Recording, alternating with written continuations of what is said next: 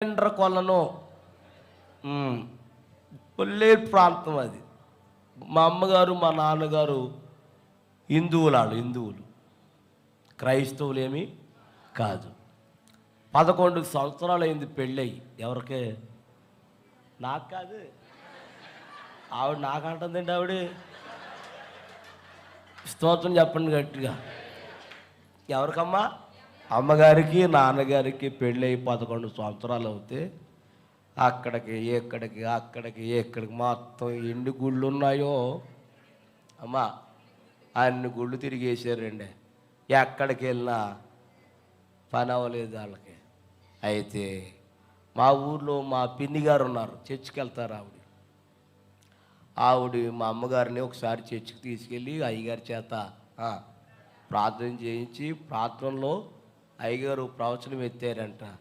అమ్మా, నీకు ఈ సంవత్సరం దేవుడు నీకు మగబిడ్డనిస్తున్నాడు అని ఈ ప్రార్థనలు చెప్పేశారు అయ్యగారు అమ్మకి. ఆ ప్రార్థన అయ్యాక అమ్మగారు అన్నారంట, నిజంగా యేసు ప్రభువారు నాకు బిడ్డనిస్తే నేను మా ఆయన గారు బాప్తీసం తీసుకుంటామని చెప్పారు. స్తోత్రం చెప్పండి. అయ్యగారి మాట దేవుడు ఏం చేశాడంటే నెరవేర్చేసాడండి. ఇక అమ్మ నాన్న బాప్తీసు పొందారు.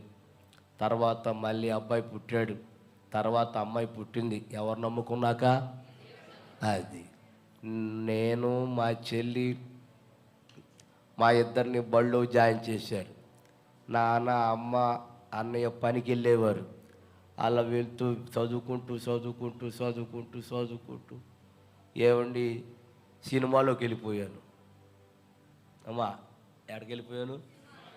చాలా సినిమాలు యాక్ట్ చేశాను నేను. చాలా సినిమాలు యాక్ట్ చేసి ఏది మానేసి అమ్మా వెళ్ళిపోయాను.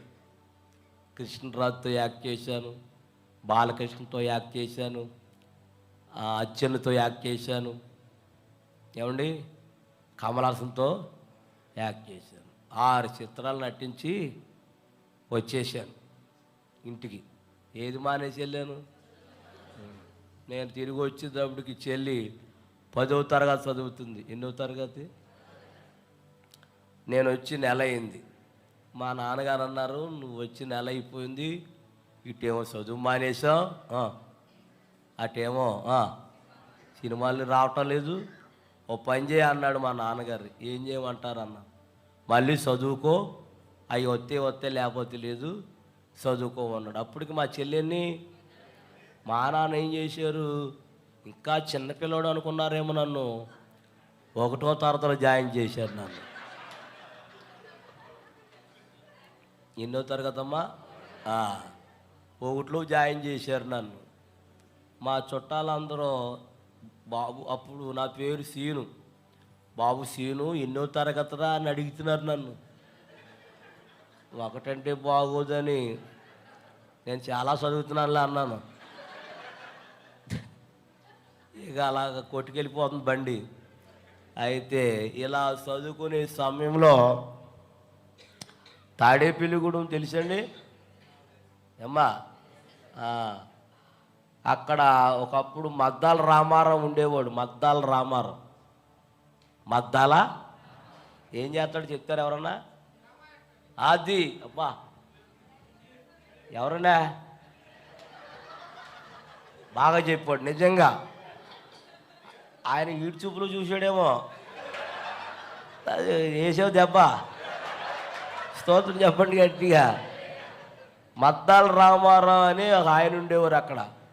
ఆయన గొప్ప డ్రామాటర్ అండి ఆయన. అయితే సినిమా తీయాలనుకున్నాడంటండి ఆయన. ఏ సినిమా? కొత్త బాలనాగమ్మ.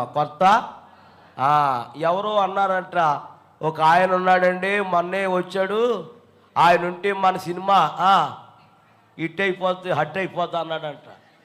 సర్లే అని చెప్పిన ఆయన రామారావు గారు మా నిండ్రకొల్లు కారుకి వచ్చేసారు. వాళ్ళు వచ్చేటప్పుడు ఇంటికాడ మా అమ్మగారు ఉన్నారంట. ఎవరున్నారమ్మా? మా అమ్మగారు ఉంటే మా అమ్మగారిని అడిగారంట, ఏరండి మీ అబ్బాయి గారు ఏడారండి అన్నారంట. మా అబ్బాయి ఇప్పుడే బడికి వెళ్ళాడు అన్నారంట. అందులో ఒక ఆయన అన్నాడంట, ఇప్పుడు బడికి వెళ్తాం ఏంటండి ఆయన? చాలా పెద్దోడు కదా ఆయన అంటే, అప్పుడు మా అమ్మగారు అన్నారంట, మా ఆయనగారు జాయిన్ చేశారండి అందంట. మరి ఎప్పుడు వస్తాడు మీ అబ్బాయి అంటే, మధ్యాహ్నం భోజనానికి వస్తారండి, అప్పుడు దాకా మా అబ్బాయి బడి నుంచి. సర్లే మేము వచ్చేదాకా ఉంటామమ్మా, అక్కడ కూర్చుంటాములని అక్కడ కుర్చీలు వేసారంట, కూర్చున్నారు. ఈలోగా కొంత టయానికి నేను వచ్చాను. వచ్చి కాళ్ళు చేతులు కడుక్కొని భోజనాన్ని కూర్చున్నాను. అమ్మగారు భోజనం పెట్టారు. అన్నారు ఆవిడే, అది అక్కడ కూర్చున్నారు చూసావా, షూటింగ్కి వచ్చారు, వెళ్తావా బాబు అంది. వెళ్తాను అన్నాను. ఇక బ్యాగులో బట్టలు ఇట్టేశారు, వెళ్ళిపోతున్నాం. కారు ఎక్కిచ్చేసుకున్నారు. వారు నేర్పాలి కదా, ఏమన్నా నేర్పాలి వద్దా? ఏంటి యాక్షన్ నేర్పాలి, మాటలు నేర్పాలి, ఏమీ లేవు. కారు ఎక్కించుకుని విశాఖపట్నం అవతల అరకలోయ, ఎవరైనా వెళ్ళారమ్మా అరకలోయ? ఏమండే వెళ్తే తెలుస్తుంది ఆ వాతావరణం,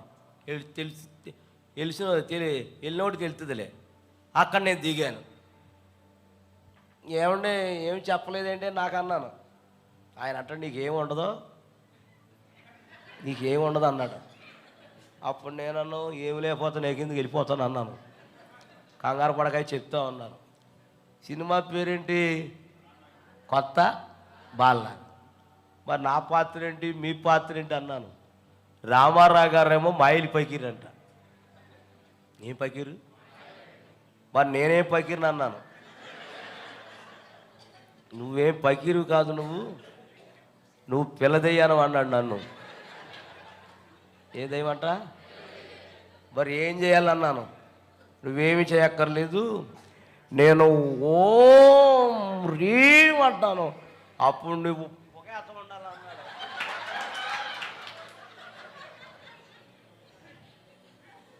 ఏమి వేయాలంట? సర్లే, ఒక ఆయన గురువు గారు లోపలికి రండి అన్నాడు. లోపలికి ఎందుకు అన్నాను. మీ మోకానికి రొంగేయాలన్నాడు. సర్లే లోపలికి వెళ్ళాను. అసలే ఎరుపు కదా మొహం, ఎంత రాసినా ఆ నలుపు తారు డబ్బా కన్నా ఏనమైపోయింది మొహం.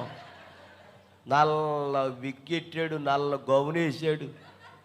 బాబు ఒకసారి అర్థం ఇస్తావా అన్నాను. నేనేమన్నాడు ఆయన, ఎందుకేమో అన్నాను.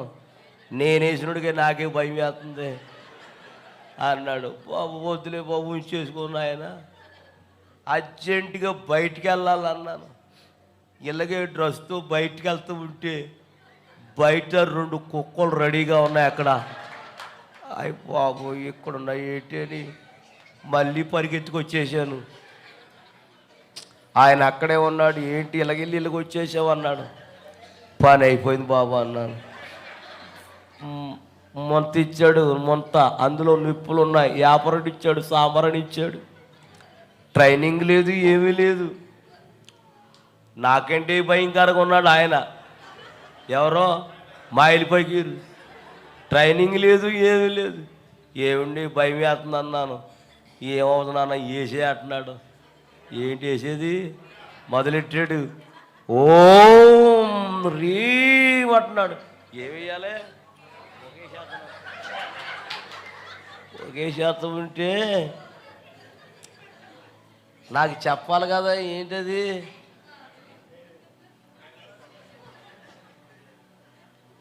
నీవు పొగేతం ఉండగా నీ వెనకాల బాంబు పెడతాము అని చెప్పాలి. ఎప్పుడు చెప్పాలి అమ్మా? ముందు చెప్పాలి. ఆడు చెప్పా పెట్టకుండా ఎప్పుడు వచ్చేసాడు. ఇంతలా ఉందంట ప్లాస్టిక్ బాంబు. అది తీసుకొచ్చి ఇందులో పెట్టాడు. ముందు చెప్తే భయపడపోను. బాబు నువ్వు పొగేస్తూ ఉండగా నీ వెనకాల ఎడతాం ఇది అని ముందు చెప్పాలి. చెప్పా పెట్టకుండా ఎప్పుడు వచ్చేసాడు. దౌడు పేలిపోయింది అప్పటికి.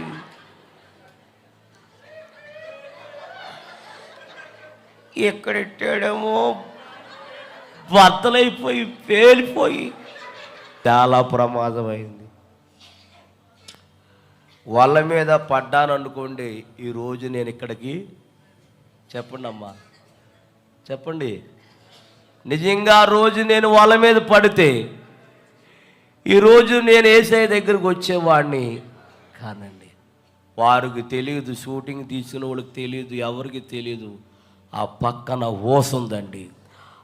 ఆ ఓస యువతల నుండి యువతలకు వచ్చేసిందండి. ఎన్నుపోసి ఇరిగిపోయిందండి అమ్మా, ఎన్నుపోసి ఇరిగిపోయింది. వెంటనే వ్యాన్ మీద తీసుకెళ్ళిపోయారు, బొక్కపారలంగా పొడుగే పెట్టి కేజీహెచ్ హాస్పిటల్, వైజాగ్ ఉందల government hospital, KGH hospital join చేశారు. ఆపరేషన్ థియేటర్లో తీసుకెళ్లారు. నాకు మత్తు పెట్టారు, మత్తు ఇండియన్ చేశారు. ఆ మత్తు ఇండియన్ చేసిన తర్వాత ఓస బయటికి లాగారు. ఎక్స్రే తీస్తే ఎక్స్రేలో ఎన్నుపోసి ఇరిగిపోయింది. కాళ్ళు చేతులు పనిచేస్తలేదు. 3 నెలలు అలాగే బొక్కపోరలంగా పొడుగోపెట్టే వైద్యం చేస్తున్నారు. పోటు తగ్గి ఇండాషన్ చేసేవారు. ఇండాషన్ పవర్ ఉన్నంతకాలం ఆ పోటు తగ్గేది, పవర్ అయిపోతే మళ్ళీ పోటు వచ్చేసేది. అలాగ 3 నెలలు మంచం మీదేనండి. డాక్టర్ గారు అన్నారంట, నడుము ఇరిగిపోయిందమ్మా, కాబట్టి అతడు బ్రతుకున్నంత కాలం మంచం మీదే ఉంటారు అని చెప్పారు. నడవలేడు, కూర్చోలేడు అని చెప్పేశారు. 3 నెలలు మంచం మీద ఉన్నాను. అయితే నాన్నగారికి అమ్మగారికి బాప్తిసం ఇచ్చిన పాస్టర్ గారు వచ్చారు వైజాగ్. అంటే వేరే పని మీద వచ్చారు. ఎలాగో వచ్చాం కాదురా, మన విశ్వాసుల అబ్బాయి యాక్సిడెంట్ అయింది కదా, ప్రార్థన చేసి వెళదామని హాస్పిటల్కి వచ్చారు. గవర్నమెంట్ హాస్పిటల్, కేజీహెచ్ హాస్పిటల్ కాడికి వచ్చి, అప్పుడు నా పేరు అప్పుడు శ్రీను. శ్రీను ఎలా ఉందరా అన్నారు. అయ్యగారండి పోటు వచ్చేస్తుందండి, తట్టుకెళ్ళిపోతుందా అని చెప్పాను. అయ్యగారు అన్నారు, ఈ రాత్రి దేవుడు నిన్ను స్వస్థపరుస్తాడు, భయపడకు. ఆయన చెయ్యేసి ప్రార్థన చేశారు. ఆ ప్రార్థనలో ఓ ప్రవచనం ఎత్తారు ఆయన. నా కుమారుడా, ఈ రాత్రి నేను 2:30 గంటలకి నేను నిన్ను స్వస్థపరచబోతున్నాను, ఇదే యెహోవా వాక్కు. స్తోత్రం. ఆ రాత్రి ప్రార్థన చేసి వెళ్ళిపోయారు. దైవజనుడు ఏదైతే ప్రవచనం చెప్పారో కరెక్ట్గా రాత్రి 2:30 గంటలకి ఎవరో నా మీద చేసినట్టుగా అనిపించింది. ఎవరైనా? యేసయ్య. స్తోత్రం చెప్పండి. మత్తుగా నిద్రపోయానండి. అప్పుడు దాకా పోటే ఉన్నవాడిని ఎప్పుడైతే యేసయ్య హస్తం నా మీద పడ్డాదో చాలా నిద్రపోయానండి.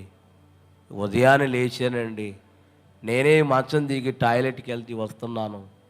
అమ్మ నాన్న లేపి, అమ్మ చెమ్ముడు మంచిలు వేయండి అమ్మ అని చెమ్ముడు మంచిలు దించకుండా తాగేశాను. అప్పుడు చెప్పాను అమ్మకి, అమ్మ ఎలా జరిగిందంటే వాళ్ళిద్దరు ప్రార్థన చేశారు. మళ్ళీ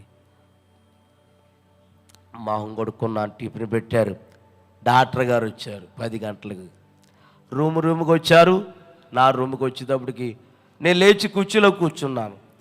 ఆయన ఆశ్చర్యపోయాడు. ఆయన ఎవరో డాక్టర్ గారు, ఇదేంటిది, చాలామంది నడుమురిపోయి అలాగే ఉండి వెళ్ళిపోయారు, కానీ ఇలాగ లేచి కూర్చుంటాం మీ అబ్బాయినే చూస్తున్నాను, ఇది చాలా అద్భుతం. ఇది ఏం జరిగింది మీ అబ్బాయికి అని అడిగితే, ఏం జరిగిందంటే అండి, మా యేసయ్య మా దేవుడు నా కుమారుని స్వస్థపరిచాడండి. అప్పుడు డాక్టర్ గారు అన్నారు, మీరు నమ్మిన దేవుడు గొప్ప దేవుడండి, మీ నమ్మిన దేవుడు గొప్ప దేవుడు అని మళ్ళీ ఆపరేషన్ థియేటర్లో తీసుకెళ్ళి మళ్ళీ ఎక్స్రే తీస్తే ఎక్స్రేలో ఏం కనపడ్డని తెలుసా? ఇరిగిపోయిన ఎన్నిపోస అతుకుపోయిందంటండి. స్తోత్రం చెప్పండి కండి. హల్లెలూయా. మందులు రాసి పంపించేశారు. శనివారం రాత్రి ఇంటికి వచ్చేసాం. తెల్లారితే ఆదివారం. అమ్మ నాన్న అన్నారు, దేవుని స్వస్థపరిచాడు కాబట్టి చెల్లి నువ్వు ఎక్కడికి వెళ్ళాలి చెప్పండి అమ్మ, మందిరానికి వెళ్ళిపోమన్నారు. మందిరానికి వెళ్ళాం. అలాగే 3 సంవత్సరాలు వెళ్ళాం. పాస్టర్ గారు బాప్తీసం తీసుకోమన్నారు మమ్మల్ని. అందరూ తీసుకుంటామన్నాం, మేము కూడా తీసుకుంటానన్నాం. అందరూ బాప్తీసానికి వెళ్తూ ఉంటే మధ్యలో మా చెల్లి బాప్తీసం తీసుకోకుండా వెనక్కి వెళ్ళిపోయింది. మేమందరం తీసేసుకున్నాం. పాస్టర్ గారు అడిగారు, మీ చెల్లి ఎదురా అన్నారు. ఇంటికి వెళ్ళిపోయింది అన్నాను. యా అన్నారు. ఏమోనండి తెలియదు అన్నాను. సర్లే నా బండి ఎక్కువ మీ ఇంటికి తీసుకెళ్తాను, మీ చెల్లి గారిని అడుగుతానని చెప్పారు. ఇంటికి వచ్చాం. చెల్లిని పిలిచారు. ఏమ్మా అక్కడ దాకా వచ్చాం, మరలా వెనక్కి వచ్చేసేమేంటంటే, అయ్యగారు అండి నన్ను క్షమించండి అయ్యగారు, ఈ సంవత్సరం నేను తీసుకోను. నేను బీఈడి పరీక్షలు రాస్తున్నాను. బీఈడి పరీక్షలు పాస్ అయిన తర్వాత నాకు ఉద్యోగం వచ్చిన తర్వాత నేను బాప్తీసం తీసుకుంటానని చెప్పింది. అప్పుడు అయ్యగారు అన్నారు, దేనికైనా వాయిదా వేయచ్చు కానీ బాప్తీసానికి అన్నారు. ఆ మాట చెప్పి వెళ్ళిపోయారు. 3 సంవత్సరాలు బాప్తీసం తీసుకోకుండా ఆలస్యం చేసింది. 3 సంవత్సరాలు పరీక్షలు రాసింది, చదువుకుంది, పాస్ అయింది, ఉద్యోగం వచ్చింది. ఇక్కడే ఏలూరులో దగ్గర శనివారపేట తెలుసు మీకు ఏమండి, బోర్డు స్కూల్ ఉంది అక్కడికి ఉద్యోగం వచ్చింది మా చెల్లికి, టీచర్ ఉద్యోగం. ఇప్పుడు ఉద్యోగం వచ్చాక ఏం తీసుకోవాలి? ఆదివారం సాక్ష్యం చెప్తే వచ్చింది, నా ప్రభు నాకు ఉద్యోగం ఇచ్చారు, రేపు సోమవారం ఉద్యోగానికి జాయిన్ అవడానికి వెళ్తున్నాను, వచ్చే ఆదివారం బాప్తీసం అని ఆదివారం సాక్ష్యం చెప్పిందండి. సోమవారం తన పనులన్నీ ముగించుకొని రెడీ అయ్యి ప్రార్థన చేయించుకొని ఏలూరు బస్సు ఎక్కి ఏలూరు వెళ్తుంది. చిన్న వంతెన ఉంది, ఇప్పుడు కూడా ఉంది అక్కడ. ఆశ్రయం దాటిన తర్వాత అక్కడ కాయలు అయ్యి అమ్ముతారు అక్కడ. ఏమండి ఆ చిన్న వంతున కాడకు వచ్చింది బస్సు, ఏలూరు వెళ్ళే బస్సు. ఆ లారీ ఓడు పొద్దున్నే తాగేసాడంట. గుడి వెళ్ళే లారీ ఓడు ఏం చేశాడంటే అమాంతంగా గుద్దేశాడంటండి. గుద్దేసిన బస్సు ఆ యొక్క ఏలూరు కాలువలో పడిపోయింది. మొత్తం అందరూ ఆ బస్సులో ఉన్న వాళ్ళందరూ నీటిలో మునిగిపోయి అందులో ఎంతమంది ఉన్నారో అంతమంది చనిపోయారు, ఊపిరాడగా చనిపోయారు. అందులో ఎవరున్నారు తెలుసా? చెప్పండి. మా చెల్లి ఉంది. ఉద్యోగం జాయిన్ అయిందా? చెప్పండి. జాయిన్ అయిందా? జాయిన్ అవ్వలేదు. జాయిన్ అవడానికి వెళ్తున్నామంటే ఏమైంది? చనిపోయింది. మొత్తం అందరూ చనిపోయారు. అప్పుడు సెల్ ఫోన్లు లేవు, టీవీలు లేవు, సరైన రోడ్లు కూడా లేవు. మనసుతో కౌరు పెట్టారు, ఇదిగో మీ పాప బస్సులో నీటిలో మునిగిపోయి చనిపోయి, మీ పాపే కాదు చాలామంది చనిపోయారని మా నాన్నగారికి ఒక మగాయన వచ్చి చెప్పాడు. నేను మా నాన్నగారు, నేను మా అన్నయ్య గారు Eluru hospital, general hospital post March చేస్తున్నారు. అక్కడ వెళ్ళి మరి మా నాన్నగారికి ఎవరు తెలుసో తెలీదు, తెలీదు. మొత్తానికి మాట్లాడి మా చెల్లి శవాన్ని సాపలో చుట్టి బాడీ మాకు ఇచ్చారండి. మా నాన్నగారు తట్టుకోలేక అక్కడక్కడే కళ్ళు తిరిగి పడిపోయాడు ఆయన. నాకు ఆడపిల్లలంటే చాలా ఇష్టం. నాకు రాత్రి నేను ఎందుకు చెప్తున్నానంటే, చెల్లి అంటే చాలా ఇష్టం అమ్మ నాకు. ఎంత ఇష్టం అంటే చెల్లి అంటే అంత ఇష్టం నాకు. శవాన్ని చూడగానే తట్టుకోలేకపోయాను నేను. మా నాన్న తట్టుకోలేకపోయాడు, మా అన్నయ్య తట్టుకోలేకపోయాడు. నీళ్లు జల్లి నాన్నకి ముఖం మీద లేపి ఆ చుట్టుపక్కల ఉన్న జనం అందరూ అన్నారు, బస్సు శవాన్ని తీసుకెళ్దాం, ఏదైనా కారు మీరు మాట్లాడుకొని శవం తీసుకెళ్తుంది కానీ బస్సు మట్టికి కారు మాట్లాడుకొని శవాన్ని కారులో ఎక్కించుకొని శవాన్ని ఇంటికి తీసుకెళ్తున్నాం. ఇంటికి వెళ్ళే లోపల ఇంటికాడ మా అమ్మగారు చనిపోయి ఉన్నారండి. జనం అందరూ చుట్టూ కమ్మేశారు. ఏంటి జనమని కారులో దిగి మేము తప్పించుకుని లోపలికి వెళ్తే లోపల మా అమ్మ చనిపోయిందండి. ప్లేట్ నిండా అన్నం కూర అలాగే ఉండిపోయింది. జనాన్ని అడిగాం, అమ్మా మా అమ్మ ఎందుకు చనిపోయిందమ్మా అని అడిగితే, మీ అమ్మ అన్నం తింటం చూసాం కానీ మరి ఈలోగా ఏం జరిగిందో గట్టిగా అరిసిందిరా. ఎందుకు అరిసిందో మేము వెళ్ళే లోపల చనిపోయిందిరా అన్నారు. ఎందుకు చనిపోయిందంటే ఒక ఆవిడ చెప్పింది, మీ అమ్మ అన్నం తింటం ఉంటే ఒక కుర్రడు వచ్చి మీ పాప బస్సులో నీటిలో మునిగిపోయి చనిపోయింది అన్నారు. వెంటనే గట్టిగా అరిసి అక్కడక్కడే గుండాగిపోయి చనిపోయిందంటండి. చెల్లిని అమ్మని పక్కన పడుకోబెట్టి బంధువులందరూ కవర్ చేసి, అందరు కవర్ చేస్తున్న మనిషితో మా నాన్న ఇంకా తట్టుకోలేకపోతున్నాడు, అన్నయ్య నేను ఇంకా తట్టుకోలేకపోతున్నాను. రాత్రి అంతా ప్రియులరా, సాయంత్రం అయిపోయింది, 7, 6, 5 అయిపోతుంది ఈ సంగతి జరిగి. 5:30 దాకా మా నాన్నగారిని మా దగ్గర ఉండి ఏడుతూ ఉంటే 5:30కి దాటిన తర్వాత మా నాన్న ఏం చేశాడంటే తట్టుకోలేక చేలోకి వెళ్ళిపోయి పురుగుల మందు తాగి చచ్చిపోయాడంటండి. చనిపోయాడని మాకు తెలియదు, ఉన్నాడు కాదా అని ఎక్కడో ఉంటాడో ఏడుతూ ఉంటాడని మేము బాధలో ఉంటే, ఈలోగా ఒక రైతు చేలోకి వెళ్ళి వస్తున్నాడంట ఇంటికి. దారిలో గట్టు మీద చనిపోయి ఉన్నాడంట మా నాన్న. అతడు భయపడిపోయి పరిగెత్తుకొచ్చి, ఒరే మీ నాన్న చేలో పురుగుల మందు తాగి గట్టు అడ్డంగా పడిపోయాడు అన్నాడు. మళ్ళీ మగోళ్ళు వెళ్ళి శవాన్ని తీసుకొచ్చారు చేలేసి మా నాన్న. తెల్లారితే బాగోదు అన్నారు పెద్దలు. సర్లేని రాత్రి చెల్లిని అమ్మని నాన్ని ఆ రోజు ఒక్క రోజులోనే ముగ్గురికి సమాధి చేసేసామండి. వాళ్ళు చనిపోయారు. నా బంధువులందరూ నన్ను ఏం చేశారంటే, అన్నం పెట్టారు, అన్నం తింటున్నాను. అన్నం తింటూ ఉంటే మగోళ్ళు వచ్చి కాగితాల మీద సంతకాలు ఎట్టమన్నారు. అప్పుడు మాకు పొలం ఉంది, ఆస్తి ఉంది. ఈ ఆస్తి అంతా, ఈ పొలం అంతా నా పేరున ఉంది. మా అమ్మోళ్ళు చెప్పలేదు నాకు, ఇదంతా నీ పేరున ఉంది నాన్న అని చెప్పలేదు నాకు. ఈ కాగితాలు ఎక్కడిట్టారో నాకు తెలీదు.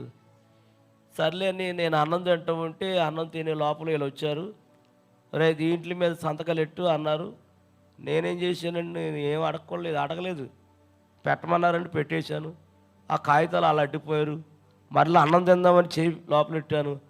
చేయి లోపల పెడితే ఆడోళ్ళు వచ్చి నా అన్నాన్ని లాగేశారు. అన్నం లాగేశారు. తప్పమ్మ అలా లాక్కూడదమ్మా అంటే, లేదు ఎంతకాలం నీకు అన్నం ఎందుకు పెట్టామో తెలుసా, ఈ ఆస్తి కోసం. ఇప్పుడు మా ఇంట్లో ఉండటానికి వీల్లేదన్నారు. నేను అన్నాను, నాకేం వద్దమ్మా, అస్సలు ఏం వద్దు నాకు. ఒకవేళ చనిపోతే సమాధి చేయండి, మీరు తప్ప నాకు ఎవరు లోకంలో ఎవరు లేరమ్మా అంటే, లేదు ఈ రాత్రి వెళ్ళిపోవాలన్నారు. నేను వెళ్ళన్నాను. ఎందుకు వెళ్ళవరని అమ్మా చక్క పట్టుకుని లాగేసి బయటికి గెంటేసి తలుపేసేసారు. రాత్రి అన్నం తిన్నవల, అప్పుడు చాలా ఆకలిగా ఉండేది. అప్పుడు ఆ రాత్రి 10 అయిపోయింది, ఎక్కడికి వెళ్ళాలో దారి తెలీదు. ఆకలి అయిపోతున్నావు, పక్కన కాళ్ళు చేతులు లాగేస్తున్నా. సర్లేని తట్టుకోలేక మా అమ్మని నాన్న చర్చికి తీసుకెళ్ళింది కదా, ఆ పిన్ని గారు అవుతారు నాకు, అక్కడికి వెళ్ళి తలుపు తట్టాను. ఏంటబ్బాయి అన్నీ తీసిన తలుపు, కొంచెం అన్నం ఉంటే పెడతావా అమ్మ అన్నాను. ఆవిడంది, సర్లే పెడతా నాకు బయట కూర్చొని లోపలికి వెళ్ళింది. లోపలికి వెడితే పెడతాకి కుండలో అన్నం లేదండి. ఓ పని చేస్తావురా అంది. ఏం చేయనమ్మా, అన్నం అయిపోయింది, నువ్వు తట్టుకోలేవు కాబట్టి ఓ ప్లేట్ ఇస్తాను, ఇంటింటికి వెళ్ళి అడుక్కోమందండి. ఆ రాత్రి ఎక్కడికి వెళ్ళాలో తెలియక ఆ రాత్రి అంతా ఇంటింటికి తిరిగాను, కానీ 10-10:30 అయిపోతుంది, ఎవరు ఎట్టలేదు. అలాగా నిడమర్రు, మందలపారు, బోనుపల్లి, గణపవరం, పెప్పరి, పెంటపాడు, ముదురుడుపాడు, తాడేపిలిగూడు ఒకే జతపట్ల మీద 3 సంవత్సరాలు గిన్నెట్టుకుని అడుక్కున్నానమ్మ నేను. తాడేపిలిగూడెంలో బస్ స్టాండింగ్లో కాగితాలు వేసుకుని పడుకునేవాడిని, అక్కడే ఉంటూ అక్కడే అడుక్కుంటూ ఉండేవాడిని. ఒక రాత్రి అడుక్కుంటానికి తాడేపిలిగూడెం అంతా తిరిగాను, కానీ ఎవ్వరూ అన్నం పెట్టలేదండి. ఆకలి అయిపోతుంది, చిన్న వయసు, బాగా విపరీతమైన ఆకలి.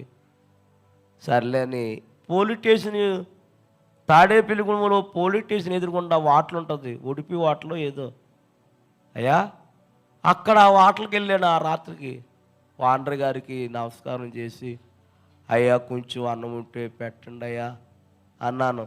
అప్పట్లో 5 రూపాయలంట భోజనం, కావలసినంత పెడతాం, 5 రూపాయలు ఇమ్మన్నారు. అయ్యా నా దగ్గర లేవయ్యా అన్నాను.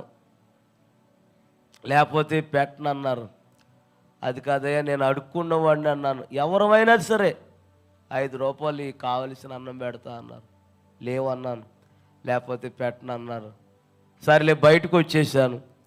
ఆ వాటలకి వెళ్ళేవాళ్ళని వచ్చేవాళ్ళని, అయ్యా 1 రూపాయి ఇవ్వండి అయ్యా అన్నం కొనుక్కుంటానని చాలామందిని అడిగానండి. ఆ రాత్రి ఎవరు 1 రూపాయి ఇవ్వలేదు. 10 గంటలు కట్టేస్తారంట ఆ వాటలు కొట్లన్నీ. 10 గంటలకు కట్టేశారు, వాటలు కొట్టులన్నీ కట్టేశారు. అన్నం పెట్టలేదు, ఆకలైపోతుంది. ఏం చేయాలో తట్టుకోలేక వారి పడేసిన ఎంగులాకులు ఉన్నాయి అక్కడ, ఆ ఎంగులాకులు ఏరుకుని మెతుకులు ఏరుకుని తిన్నాను. కానీ ఎన్ని ఇతరాకులు ఏరుకున్న మెతుకులు తిన్నా కడుపు నిండలేదమ్మ. అప్పుడు నేనేం చేశానంటే, నేను ఎవరి కోసం బ్రతకాలి, నాకెవరున్నారని బ్రతకాలి, ఈ ఆకలి కోసమే కదా బ్రతికేది. చచ్చిపోతే ఈ ఆకలి ఉండదని అక్కడికి నడిచి వెళ్ళిపోయిన వంతిని కాడికి నడిచి వెళ్ళిపోయి వంతిని పైకి ఎక్కేసి కాలలో దూకి చచ్చిపోదామని పైకి ఎక్కానండి. ఒక 5 నిమిషాలు అంటే చచ్చిపోతాను నేను. అదే టైంలో యోబు గారని పాస్టర్ గారు ఎక్కడికో వెళ్ళి మీటింగ్కి వెళ్ళి వస్తున్నారు. ఆయన వస్తుంటే వంతునెక్కింది, కారు వంతునెక్కుతుంది. ఆ కారులో ఎందుకో చూడాలని బయటకు చూశారంటండి. బయట చూస్తే నేను కనపడ్డానంట వంతుని పైన. రే డ్రైవర్ కారు ఆపురా, ఆ కుర్రోడు ఎవరో పైకి ఎక్కేసాడు, కాలలో దూకేస్తాడు ఏంటి అని, ఆగరా అని కారు ఆపి నేను ఇలా పడిపోతూ ఉంటే వెనకాలే శబ్దం చేయకుండా వెనకాల వచ్చి అలా అమాంతంగా పట్టుకుని కిందకు దింపి రాని కారులోకి తీసుకెళ్ళి కారులో కూర్చోపెట్టి, ఎవరబ్బాయి నువ్వు అన్నారు. పలానా అబ్బాయినండి, పలానా ఊరండి మాది. చెల్లి అమ్మ నాన్న ఒక్కరోజులో చనిపోయారండి. నా బంధువులందరూ నన్ను ఇంట్లోంచి గెంటేశారండి. 3 సంవత్సరాలు అడుక్కుంటున్నానండి. ఈ రాత్రి ఎవరు అన్నం పెట్టలేక తట్టుకోలేక చనిపోదామని పైకి ఎక్కానండి అన్నాను. అప్పుడు సేవకులు అన్నారు, నీకెవరున్నా ఎవరు లేకపోయినా నీకేసై ఉన్నాడు, రా అని తీసుకెళ్ళి నన్ను పెంచి బైబిల్ ట్రైనింగ్ ఇచ్చి ఒక సేవకుడుగా నన్ను తయారు చేశాడు అమ్మాయిన.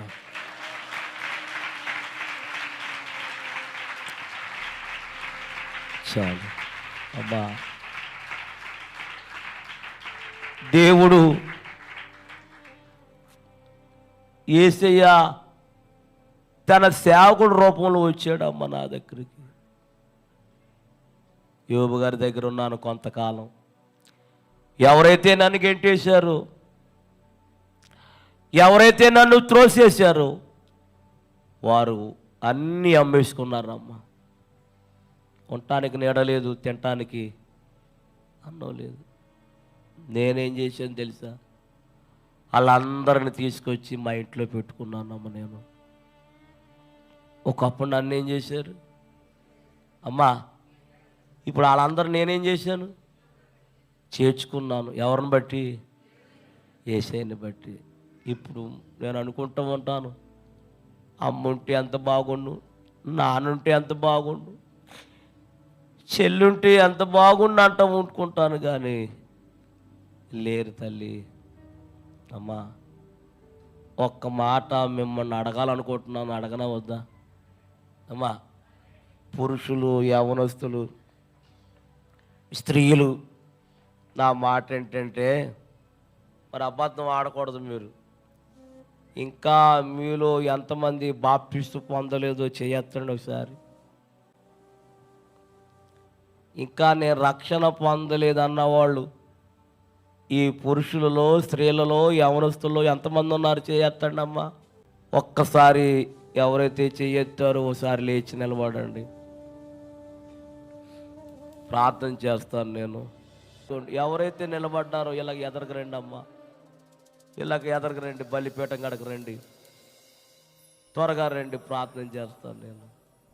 ఎవరు కళ్ళు తెరవద్దు దయచేసి. ఓ మనిషి,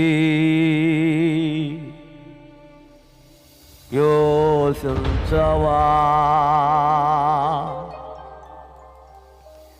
నీ బ్రతుకు ఎలాగున్నదో.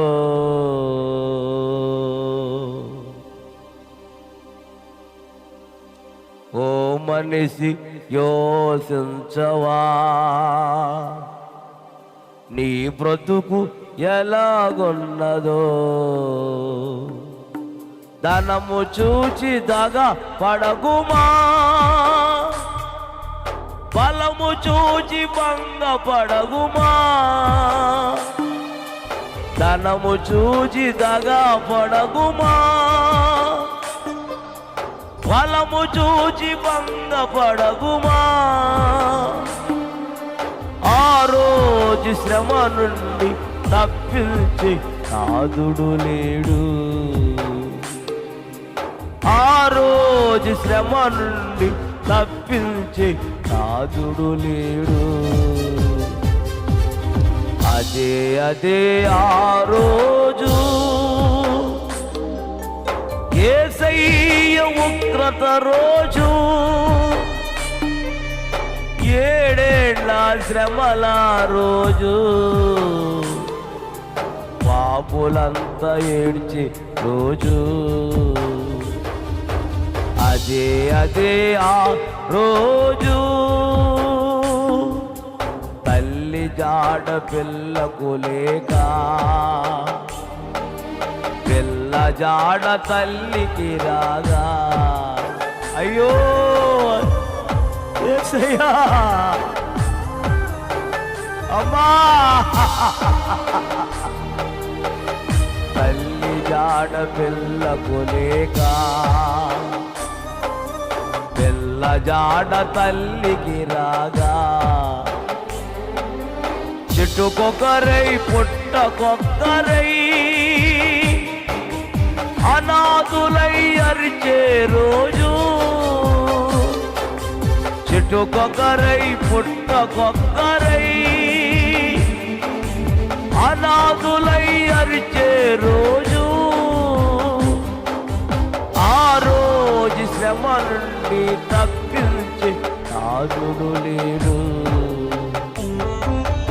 ఆ రోజు శ్రమ నుండి తప్పించే నాదుడు లేడు. అదే అదే ఆ రోజు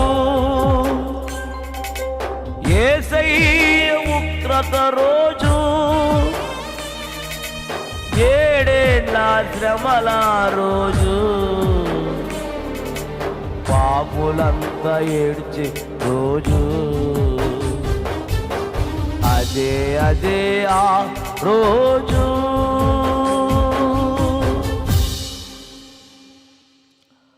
అమ్మా, నిర్లక్ష్యం చేయకుండా, బాప్తిస్తానికి నిర్లక్ష్యం చేయకుండా అమ్మా.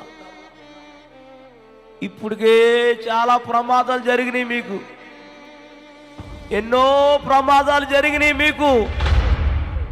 వాటిలోంచి దేవుడు మిమ్మల్ని తప్పించాడమ్మా. ఎందుకంటే నీవు రక్షణ పొందుతావని. నీవు నశించిపోవడానికి దేవునికి ఇష్టం లేదు కాబట్టి ఎన్నో మరణాలు తప్పించాడు దేవుడు మిమ్మల్ని. ఇకనైనా సరే రక్షణ పొందండి, నిర్లక్ష్యం చేయకుండా అమ్మా. ఏదైనా మన ఏం జరుగుతుంది ఎవరికి తెలీదమ్మా. అమ్మా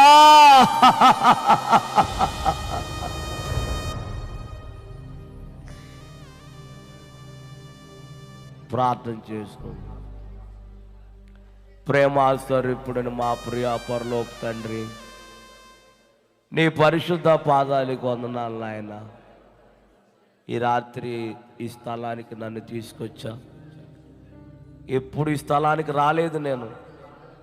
ఈ స్థలంలో నిలబడి నన్ను మీరు వాడుకున్నారు. వాక్యం ద్వారా వాడుకున్నారు, సాక్ష్యం ద్వారా వాడుకున్నారు నాయన. వాక్యం విన్నారు, సాక్ష్యం విన్నారు. నీ బిడ్డలు కొంతమంది ఆకర్షించబడి బాప్టిజం తీసుకుంటానికి ముందుకు వచ్చారు నాయన. ఎవరైతే వచ్చారో నీకు తెలుసు, నువ్వు చూస్తున్నావు నాయన. బాప్తిస్తానికి తీసుకుంటున్న బిడ్డలందరినీ ఈ రాత్రి మీరు మాట్లాడండి, బలపరచండి నాయన. ఇంకా లేట్ చేయొద్దు నాయన, ఆలస్యం చేయకూడదు నాయన. ఆలస్యం చేస్తే ప్రమాదాలు జరుగుతున్నాయి నాయన. కాబట్టి రాత్రి నాయన ఆలస్యం చేయకుండా వెంటనే వారి రక్షణ పొందడానికి సిద్ధపరచండి. యేసు నామములో అడుగుతున్నాం తండ్రి, ఆమేన్. ఆమేన్.